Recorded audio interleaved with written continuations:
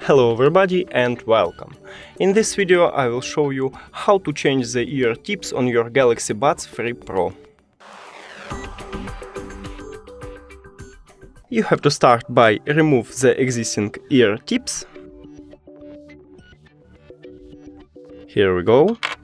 Now select the best one for you, ear tips. Let's say that one.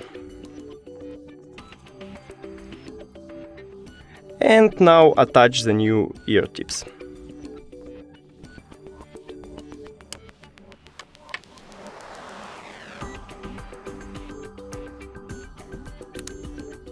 And here we go. Thank you for watching this video. If you found it helpful, please consider subscribing to the channel and leave the like on the video. It's really important to us. See you later!